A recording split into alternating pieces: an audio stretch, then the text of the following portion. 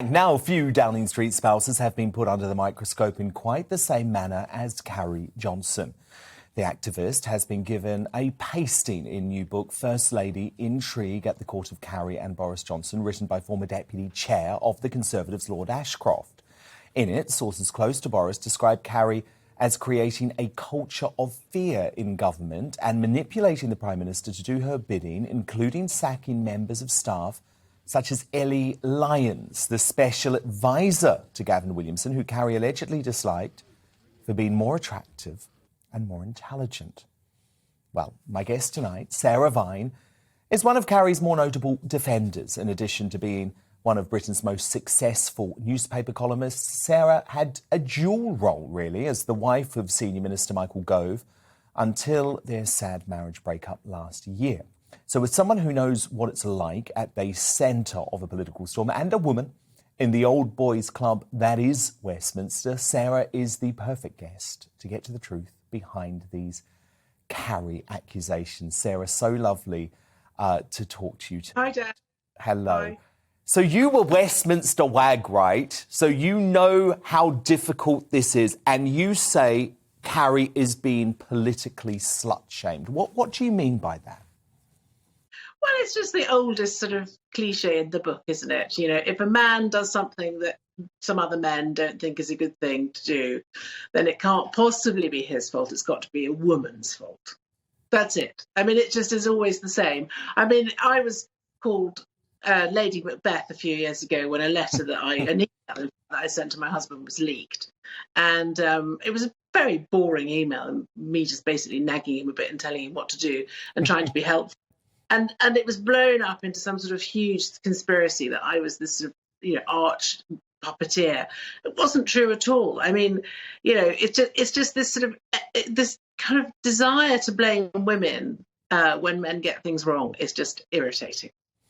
Do you concede, though, that Carrie is at least involved in part with the current administration? I mean, she was the communications chief at the Conservative Party, so she is experienced. And definitely when it comes to staff, Sarah, the departure of Dominic Cummings, the arrival of some of her close friends to number 10 Downing Street very much seem to have her fingerprints on it. I think that's a little bit unfair. I mean, the truth is she was a professional political person before she married Johnson. And of course, that is her career, and she is entitled to have a career. I mean, it's just because she marries somebody doesn't mean to say that everything she's ever done just goes up in a massive puff of smoke and she just has to spend the rest of the time wandering around in pretty dresses looking after children. She's still allowed to have an opinion. She's still allowed to have an input. And of course, Boris Johnson is married to her. He's going to be interested in what she has to say. She's, it's her life too, what they're doing, this sort of crazy journey they're on. It wouldn't be my choice, but if you are in that situation, then of course you have to be partners in it. And so of course she's going to have some involvement. But this idea that she's, masterminding some sort of very complicated and sort of nefarious takeover is just absurd. I mean, apart from anything else, if she's just a person, just one woman. I mean, these people are all supposed to be so brilliant and so fantastic at their jobs and such arch political thinkers. If they can't deal with one small 33-year-old woman who's probably quite busy after a toddler or a baby, then, I mean, they're not very good at their jobs, really, are they? Let's be honest. I mean, it's just she's pretty, she's blonde, she's vivacious, she's much younger than him. There's just a lovely narrative there, which is just very convenient when people want to, shift the blame a little bit. I mean, Dominic Cummings has behaved, appallingly. And the reason he was ousted was because he was winding up the civil service and bullying people and shouting at people and breaking his own lockdown rules. It's not like he's a sort of, whiter than white innocent who's been unfairly targeted. He was himself incredibly controversial. I mean, I think the problem is that you just can't combine family, the personal and politics. It's very hard to get the two together and to get it right. And it's incredibly hard in this day and age. It's much harder than it's ever been because of 24-hour news, but also the social media, and everybody has a really in-depth and lengthy opinion on people they've never met before in their life. I mean, most people criticising Carrie Johnson have probably never met her and probably never will do, and have just got their ideas from something they read on the interwebs.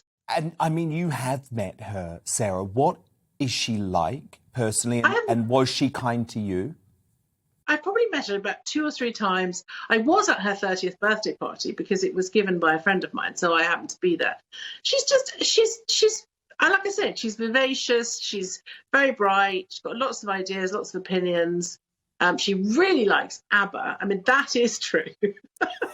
Well, that makes me love her because we share a love of ABBA. So that's one area where I don't like her so much for a push towards net zero, I'll be honest, but I do like her for her love of ABBA.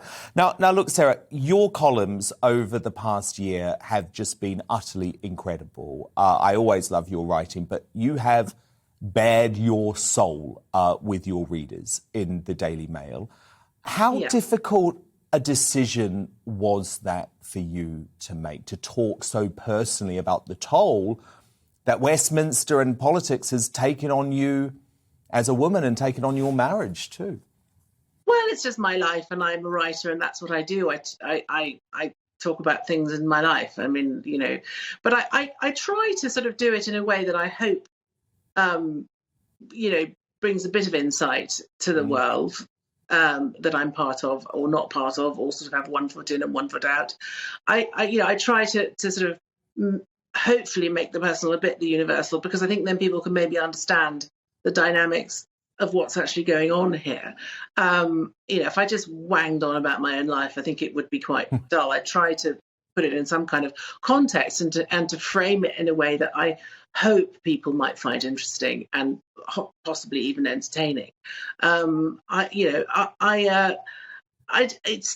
don't know. It's difficult. I think I've been on a bit of a journey in the sense that Brexit was a big thing for me, and there was a massive fallout, and that made me question a lot of the things I was doing and a lot of my approaches and stuff. And I think that perhaps that mirrors slightly the way people have felt themselves about Brexit. It's been a hugely it's been a very traumatic experience, I think, for the whole country, regardless of which side you voted for. It just has had quite a big effect on everybody. So, I guess I just happened to be in the right bit at the right time. So I just hopefully bring some insight to it. No, and you do. You absolutely do. But I guess, Sarah, if there was probably one overarching theme I would take from your personal columns over the past year, and I guess it's a sad one, but it is, do not get personally involved. Do not marry a politician, because you're not going to come first. The thing about politics is that the one thing I would say is that it is, you start off thinking it's going to be fine and that you can handle it. And it is so much harder in so many millions of ways than you could ever imagine. And I think the analogy I always use, and I'm sorry if I'm boring listeners, is that it's a bit like childbirth, which is that you can read all the books and you can watch the videos and talk to your friends about it, but until you actually do it yourself, you've got no idea how it's going to affect you and how you're going to get through it and what you're going to be like on the other side. And I think that, I think my own experience is very, very personal to me and to my circumstances. Other people in this similar situation will have different experiences. I was laughing at Johnny Mercer's wife tweeting a picture of him watched the football and had a couple of lemonades, and the sort of response to her doing that, which was clearly just, she was just having a bit of fun, and she was completely trashed for doing that, and it's difficult because when you get very involved in politics, people don't really think of you as a person anymore. They just think of you as you sort of represent something that they either love or hate. And the people who love what you represent generally don't tend to say anything, and the ones that don't make themselves very, very, make it very clear. And that I think can be quite hard work. That sort of depletion of your kind of own identity and how you see yourself. And that's what I found very difficult, was that the way people talked about me and the way they saw me was so far removed from what I thought I was or the person I think I am. It was very damaging in that respect. Just in terms of your sense of self, that it's quite difficult to see yourself warped in that way. But through the lens of the sort of political lens is quite a toxic one, and it's very hard work sometimes.